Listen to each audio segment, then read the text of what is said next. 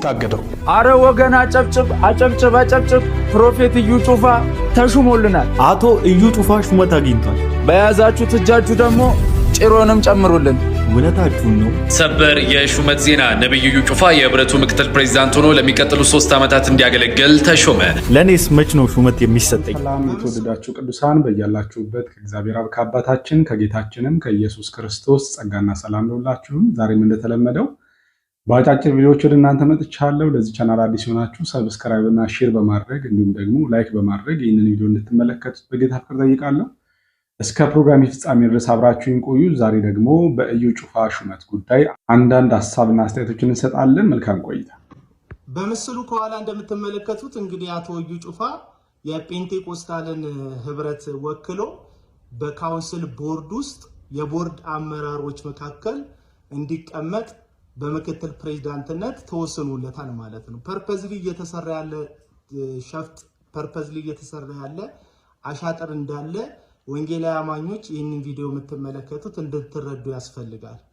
ከዚህ በፊት ከሚከሰስባቸው የሐሰት ትምህርቶች ያው የብልጽግና ወንጌል ትምህርት፣ የሐሰት ትንቢቶች ደግሞ በቸርች ውስጥ መንፈስ ቅዱስ በዘይቴ ላይና በቅባቴ ላይ አለ ብሎ ደሃውን ማህበረሰብ ዘይት እያስቸበቸበ ራሱን ያበለጸገው አቶ እዩ ጩፋ በምን መስፈርትና በምን የህይወት ስኬቱ ነው ሁላችን ወንጌላዊ አማኞች በምንመራበት በካውንስል ውስጥ የቦርድነት የአባልነት ቦታ ሊቀመጥ የቻለው? ስለዚህ ካውንስሉ ህዝቡን የሚያከብርና የሚመራውን ህዝብ የሚወድ ከሆነ ለዚህ ነገር ምላሽ እንዲሰጥ በአፋጣኝ እንደ ግለሰብም እንደ ወንጌላዊ አማኝም ጠይቃለሁ። ይሄ ጉዳይ የሚመለከታችሁ ሁሉ ይሄን ቪዲዮ ለሚመለከታቸው አካሎች እንድታደርሱልኝ ስል በጌታ ፍቅር ጠይቃቸዋለሁ። ሰላሙ ነው። እንግዲህ እንደሰማችሁት ነው ወንድም እዩ ጩፋ በካውንስሉ የቦርድ አመራሮች መካከል ምክትል ፕሬዝዳንት ሆኖ ተሹሟል ማለት ነው። እና ይህንን ስሰማ ለማመን ከብዶ ነበር። መጀመሪያ ብዙ ቪዲዮዎችን ካገኘው በኋላ ነው ያረጋገጥኩትኝ። ይሄ በጣም አሳፋሪ፣ አንገት የሚያስደፋ ወንጌል አማኝ የሆነ ሰው አባት እንደሌለው፣ ሰብሳቢ፣ መካሪ፣ የሚገስጽ የበላይ አካል እንደሌለው አረጋግጫለሁ እኔ በግሌ ማለት ነው።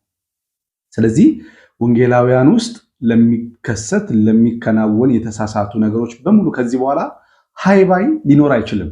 ምክንያቱም እንደ እዩ ጩፋ አይነት ሰው የበላይ ባለስልጣን ሆኖ የተሾመበት ካውንስል ወይም ደግሞ አመራር ምን አይነት ስራ ሊሰራ ይችላል ብላችሁ ታስባላችሁ? ለምሳሌ እዩ ጩፋ ባለስልጣን ከሆነ በካውንስል ውስጥ ፕሬዝዳንት ከሆነ ወይም ደግሞ ምክትል ፕሬዝዳንት ከሆነ ዘይት ሽያጭ ተቃውሞ ሊገጥመው አይችልም። ከዚህ በኋላ በወንጌላውያን ውስጥ ዘይት መሸጥ ላይሰንስድ የሆነ ጋይ ፈቃድ ያለው ሊሆን ነው ማለት ነው። ዘይት መሸጥ ነገ ጨውም የሚሸጥ ሊመጣ ይችላል። በምን ሞራል ነው እሱን መከልከል የሚቻለው? ነገ በርበሬ የሚሸጥ በተለያየ መንገድ የተለያዩ ነገሮችን ወደ ሽያጭ የሚያመጣ ብዙ በዘመናችን ብዙ እያየን ነው። አጣና እንጨትም ቆራርጠው ለሽያጭ እያቀረቡ ነው አንዳንድ ነቢያቶች። እና ይህንን ሁሉ ካውንስሉ ከዚህ በኋላ በምን አቅሙና በምን ሞራሉ ነው ሊያስቆም የሚችለው ማለት ነው? ስለዚህ ከዚህ በኋላ የወንጌላውያን አብያተ ክርስቲያናት ውስጥ ያሉ አገልጋዮች መረን ነው የሚወጡት ማለት ነው። ከላይ የሚቆጣ የሚገሰጽ ስለሌለ ማለት ነው። ለምሳሌ በቅርቡ እዩ ጩፋን ታውቃላችሁ፣ አግደውት ነበር፣ መግለጫ ወጥቶበት ነበር። እና መግለጫ ከወጣበት በኋላ በጣም በድፍረት ሳይደነግጥ ነው ወዲያውኑ በካውንስሉ ላይ መግለጫ ያወጣው። እና ካስታወሳችሁ በመግለጫው ላይ የተናገራቸው 1-3 ኃይለ ቃላቶች አሉና እነሱን ላሰማችሁ እስቲ።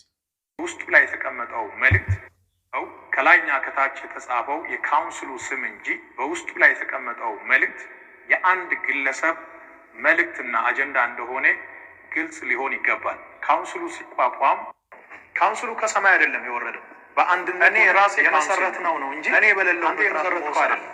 እኔ ራሴ ካውንስል እኔ በሌለውበት ራሱ መወሰን አልችልም ነው። ካውንስሉን እንደ ካውንስልና እንደ ተቋም እጅግ በጣም ካውንስል ውስጥ ያሉ ካንሰር የሆኑ ሰዎችን ግን ከዛሬ ጀምሮ ፊት ለፊት ይጋፈጣል። እዚህ ጋር እንግዲህ ሲናገር እንደሰማችሁ ራሱ እሱ በሌለበት ካውንስሉ በሱ ላይ እንደዚህ አይነት መግለጫ ማውጣቱ በጣም ገርሞታል። ምክንያቱም ያለሱ ካውንስሉ ምንም ማድረግ እንደማይችል ያውቃል በጊዜው ማለት ነው። እና ምንድነው ያለው? እኔ በሌለውበት እንዲያውም ካውንስሉ መወሰን አይችልም፣ ካውንስሉን ያቋቋምኩት እኔ ነኝ ብሎ ከአንደበቱ ቃል ሲያወጣ ሰምተናል። እንግዲህ አምልጦትም ሊሆን ይችላል በንዴት ይሄንን ነገር የተናገረው እና ይሄንን አዋጅ እንደሚያስገለብጥ ራሱ እርግጠኛ ነበር። አቅም እንዳለው ያውቅ ነበር። ምክንያቱም ካንሰር የሆኑ ሰዎችን ከዚህ በኋላ ፊት ለፊት ጋፈጣለሁ ብሎ ሲናገር ሰምተነዋልና ካውንስሉ እውነትም ያለ እዩ ጩፋ ምንም ማድረግ እንደማይችል አረጋግጦልናል ማለት ነው። ካውንስሉ በነጆይ ጭሮ ላይ የመወሰን አቅም እንደሌለው አረጋግጦልናል። እነሱ ናቸው የጀርባ አጥንቶቹ ማለት ነው፣ በገንዘብ የሚደግፉት። እዛ አመራር ሆኖ የተቀመጡት ሰዎች የነ እዩ ጩፋና የነ ጆይ ጭሮ ባሪያ ናቸው፣ ታዛዥ ናቸው። ያለነሱ ምንም ማድረግ አይችሉም። ስለዚህ እዩ ጩፋና ጆይ ጭሮ የሚመራው ካውንስል ለኢትዮጵያ ወንጌላውያን አብያተ ክርስቲያናት ምንም የሚጠቅመው ነገር የለም ማለት ነው። እና ምን ትጠብቃላችሁ? ከዚህ በፊትም አስታውሳለሁ በጆይ ጭሮ ላይ የእግድ ደብዳቤ ተወጥቶ ነበር፣ ተጽፎ ነበር እና ወዲያው ያ የእግድ ደብዳቤ በተጻፈበት ሳምንት ከዛው ከካውንስሉ አመራር የሆኑት አንዱ የቦርድ አባል የሆኑት አንዱ እዛው በደብዳቤ የታገደው ጆይ ጭሮ ቸርች ሄደው መድረክ ላይ የተናገሩት ንግግር አለ። እሱን ላሰማችሁ። በስተቀር እነሱም አክብሮት አለኝ። የተሳሳተ ነገር እንኳን ለሚያስተምሩ አክብሮት አለኝ። እወዳቸዋለሁ። ፓስተር ጌታን ስራ ቀጥሉ፣ ጌታን ማምለካችሁን ቀጥሉ፣ ጌታን ማገልገላችሁን ቀጥሉ እና ከነሱ በስተቀር ኢትዮጵያ ውስጥ በወንጌል አማኙ አገልጋይ ውስጥ ምንም ስህተት የሚያስተምር አገልጋይ የለም። በወንጌላውያን አማኞች ውስጥ ምንም ስህተት የሚያስተምር አገልጋይ የለም ብሎ በድፍረት ነበር የተናገሩት። እዚህ በጆይ ጭሮ ፕሮፌት ጆይ ጭሮ ቲኤልጄ ወይም ቲቪ ወርልድ ዋይድ በሚለው ላይ የተናገሩት ነው። ከስንት ዓመት በፊት ከ1 year ago ከአንድ ዓመት በፊት ማለት ነው። ግን ምን አለ መሰላችሁ? የአካሄድ ችግር አለ። ይሄ ደግሞ የሚስተካከለው አገልጋዩ ራሱ እየቆየ ሲሄድ እየተስተካከለ ይመጣል። እኛ ሐዋርያው ጳውሎስ በዘዳግም እንደተናገረው እያንን ያደግን የአካሄድ ችግር አለ። የአነጋገር ስናገለግል ችግር አለ። ያንን ነው ያልገባቸው ሰዎች ስህተት ትምህርት ብለው የሚናገሩት። ስህተት ትምህርት አይደለም ነው እኔ ደግሞ የምለው። አንዳንድ ግር ስህተት ትምህርት አይደለም የአካሄድ ስህተት ነው አሉ። ኦኬ በመሰረቱ ሚራክል ማለት ተአምር ማለት ከአእምሮ በላይ ነው። ይሄ መታወቅ አለበት። በአእምሮ ይሄ ነው እንደዚህ ነው እንደዚህ ነው ብለን የምናስቀምጠው ጉዳይ አይደለም። እንደዛ ከሆነ ምንም ተአምር ሆነ። ይሄ ነው አልገባ እያለን ድንገር እያለን ችግር ውስጥ የምንገባው ማለት ነው። which means እንግዲህ እዚህ ቸርች ውስጥ እዚህ አዳራሽ ውስጥ እየተደረገ ያለው እዚህ መጋዘን ውስጥ እየተደረገ ያለውን ነገር ሚራክሉን እየተቀበሉት ነው ማለት ነው። ሚራክል መኒ ምናምን ሚራክል ኤቲኤም ካርድ ምናምን ልክ እዚህ ጋር እንዳለው እኚህ ነገሮች ሁሉ በካውንስሉ አክሴፕትድ ናቸው ማለት ነው። ዛትስ ዋይ እንትን እያሉት የሌለው ለዛ ነው ማለት ነው።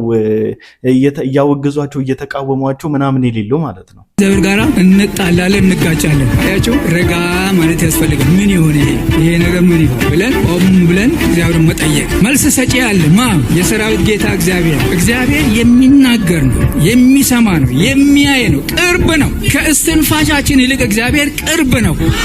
አሁን በመካከላችን ንጉሱ አለ። እንግዲህ በጣም የሚያሳዝን ነው። እኚህ ትልቅ በእድሜ ሸመገሉ ነጭ ጸጉር ያበቀሉ አባት ናቸው። እንግዲህ የተከበሩ አባት ናቸው። ነገር ግን ጆይ ጭሮ ቸርች መጥተው የሚናገሩትን እንግዲህ እንደሰማችሁት ነው። በወንጌላውያን ውስጥ ምንም ስህተት የሚያስተምር ሰው የለም።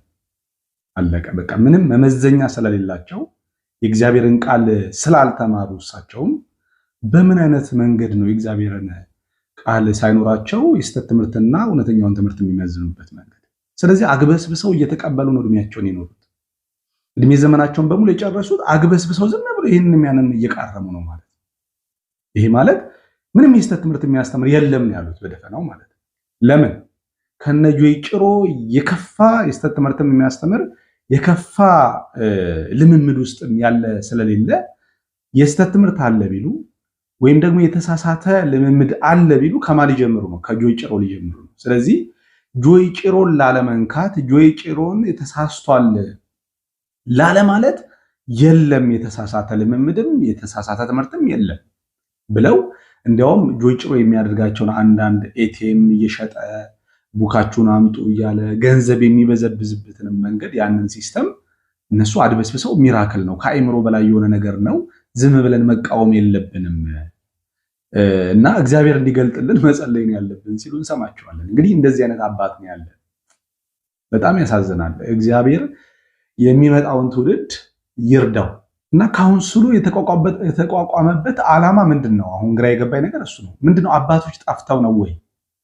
በእድሜ የሸመገሉ እግዚአብሔርን የሚፈሩ የእግዚአብሔርን ቃል የሚያነቡ ተንበርክከው የሚጸልዩ በፍርሃት በመንቀጥቀጥ የሚያገለግሉ አባት ጠፍተው ነው? በእውነት እኛ እንኳን በሚዲያ እንኳን የምናውቃቸው ስንት አባቶች አሉ። በመድረክ ላይ ቆመው ሲያገለግሉ ሲያስተምሩ ጸጥ ብለን የምንሰማቸው የምንታዘዛቸው የምንወዳቸው እኮ ብዙ የእግዚአብሔር መንፈስ ያለባቸው አባቶች አሉ። ነገር ግን ካውንስሉ እንደዚህ አይነት ሰው አይፈልግም። ካውንስሉ የራሱ የሆነ ዓላማ አለው፣ የራሱ የሆነ አጀንዳ አለው ማለት ነው ከበስተጀርባ እንጂ የእግዚአብሔርን ሕዝብ በታማኝነት ለማገልገል አይደለም። የወንበዴ ዋሻ፣ የቀማኞች ዋሻ፣ የሐሰተኛ ነቢያቶች ዋሻ መጠራቀሚያ ነው ካውንስሉ። አሁን የገባኝ ነገር ማለት ነው እንጂ ጆይ ጭሮን የሚያሞግስ የጆይ ጭሮን አገልግሎት የሚደግፍ የነብይ ኢዩ ጩፋን ልምምድ የሚደግፍ የሚያበረታታ ዘይት ሽያጭን እጅግ አብዝቶ የሚያበረታታ ዘይት ሻጮችን አምጥቶ አለቃ አድርጎ የሚሾም ካውንስል የኢትዮጵያ ሕዝብ መሪ ሊሆን አይችልም። የኢትዮጵያን ሕዝብ ማስተዳደር አይችልም። ይህን ደግሞ ሁሉም ክርስቲያን ሊቃወሙ የሚገባ እውነት ነው። ጸጥ ሊባል የሚገባ ጉዳይ አይደለም። ትላንትና ያወገዙትን ሰው ዛሬ ይሾሙታል። ለምን? ገንዘብ ስላለው ያ ሰው ማለት ነው። ስለዚህ ገንዘብ እንደሚናገር ገንዘብ በቤተክርስቲያን ውስጥም በቸርች ውስጥም ገንዘብ አቅም አለው ማለት ነው። መንፈስ ቅዱስ ሳይሆን እግዚአብሔር ሳይሆን ገንዘብ ነው እየመራን ያለ ነው እኛንም ማለት ነው። የሚጸልይ ሳይሆን የሚያነብ ሳይሆን ገንዘብ ያለው ነው ወደፊት የሚመራን ማለት ነው። ይሄ ከፍተኛ ውድቀት ነው። ይሄ ትልቅ ውድቀት ነው ለቤተክርስቲያን እያየን ነው። ስለዚህ ሁላችንም ይህንን ነገር አብዝተን ልንቃወም ያስፈልጋል። ዝም ሊባል የሚገባ ጉዳይ አይደለም። እንደ መሪ እንደ ፊገር የሚቀመጥ ራሱን በመሳሪያ የሚያስጠብቅ አምልኮ ተሰብን የሚቀበል መመለክ ሲቀረው ህዝብ የሚንቀጠቀጥለት እግሩ ስር የሚደፋለት ሰውዬ ልምምዱ አጋንንታዊ የሆነ ሰውዬ በምን መስፈርት ነው የምታስቀምጡት ነው ጥያቄ። ዋናው ጥያቄ ይሄ ነው። ካውንስልን የሚያክል በኢትዮጵያ ያለን አብያተ ክርስቲያናት በሙሉ የሚያስተዳድርን ትልቅ ተቋም ሊመራ የሚገባው ማን ነው? ምን አይነት ሰው ነው? መስፈርቱ ምንድን ነው? በእድሜም እኮ ትንሽ ገፋ ማለት ያስፈልጋል። እድሜም እኮ ያበስላል። እድሜ ራሱ የሚሰጠው እኮ ብስለት አለ። ሰዎች በእድሜ በገፉ ቁጥር እየሸመገሉ ሲመጡ ውስጣዊ ማንነታቸውም እየሸመገለ ነው የሚመጣውና እንደዚህ አይነት ወጠምሻ ይሄንን ህዝብ እንዲመራ ፕሬዚዳንት አድርጎ መሾም ማለት በዚህ ህዝብ ላይ ማላገጥ ነው። ተግባሩን ተውት። እድሜው እንኳን ቢያንስ አይፈቅድም።